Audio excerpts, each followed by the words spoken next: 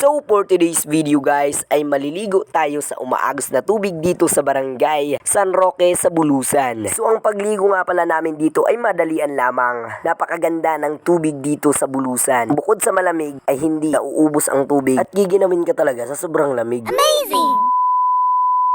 So bago nga pala mangyari ang lahat ng yan ay gumising muna ako ng maaga upang makapag-prepare para sa pagligo. At bago nga pala ako gumising ay natulog muna ako para hindi naman nakakahiya sa inyo. So habang natutulog nga pala ako ay nanaginip ako dito at napapanaginipan ko kung ano yung pwedeng makain. So ang napanaginipan ko dito yung Jollibee. Kaya naisip ko, wala lang, ko lang, wala man pa na ako pambakal Jollibee. So pagkatapos ko magturog, siyempre mabuhat ako malamang. De joke lang. So pagkatapos natin gumising guys ay lalabas na tayo sa ating lungga sa ating tent syempre para makapunta na tayo sa ating paliliguan. So guys, nandito na nga kami. Ready na nga kaming maligo. At dito nga pala matatagpuan yung paliguan namin dito sa Woods Camp Resort. Kuya, makarigo pa kami ha.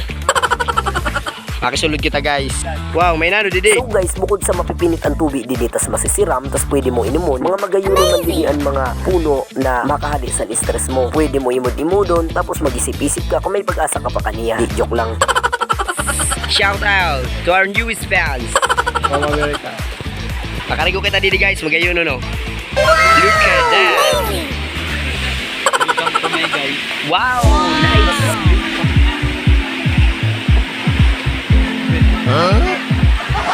Ulang-ulang ha?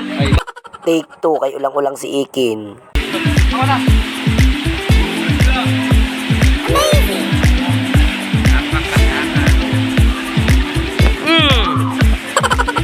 Sige, testing eh. Taga din nyo, taga Irasen. Abangan tayo. The best din ang karigutan guys. Baka kamalangan makarigo sa yellow. Wow!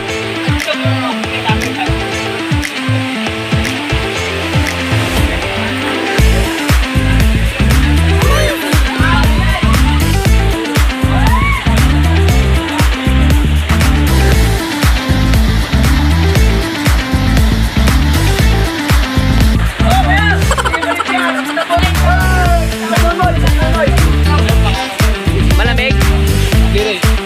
Mapinit lang ha. Mapinit ang unang tubig, mapinit ang tubig. Mapinit ang tubig. Lasang cold Ah, lasang ko. and it's very good. Oh, baka relasyon nyo. Cold. Oo, sakit.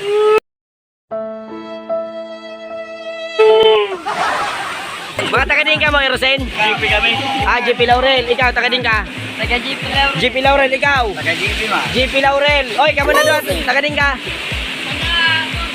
Taga Mon. Oh, sa Bulan yon. Taga Irasin yon, San Pedro. Ano masasabi mo sa Bulusan Lake? Kunwari, nasa Bulusan Lake ka. Masyadong malamig. Ah, masyadong malamig. Hi. Ano mapinit? Mapinito ko ng tubig. Oh! Sino yan? Bawal ka na interview. Ikaw naman. Ano masasabi mo? Dito sa, sa Bulusan. So, ang expectation ko lang, ay talaga. Magayon talaga. Ito tubig masarap. Mapinit, masiram. Di ba sa balay na ako, mainit? Oh, mainit. Oh, ang tubig. Ano masasabi mo? Ako si ano, dinde. Ah, paala, nagreklamo. May reklamo, pero oo talaga ako. Ah, okay. Ano masasabi mo, Dide? Check. Mapinit ang tubig ha, mapresko. Check. So ang masasabi ko dito guys is 100% check. Dahil bukod sa maganda yung tanaw, presko na at very relaxing yung place. At good for family bonding dahil libre lang. At isa pa sa pinaka nagagandahan ko dito ay yung mga mababait na tao. Very approachable kaya hindi ka mahihiyang makipag-usap dahil sila ay magagalang. Shee!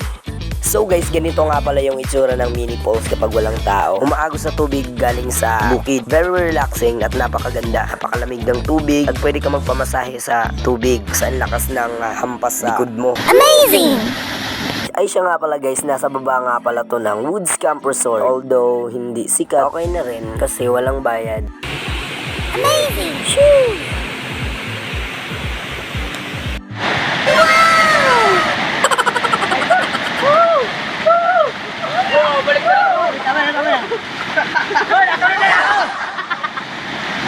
A few moments later.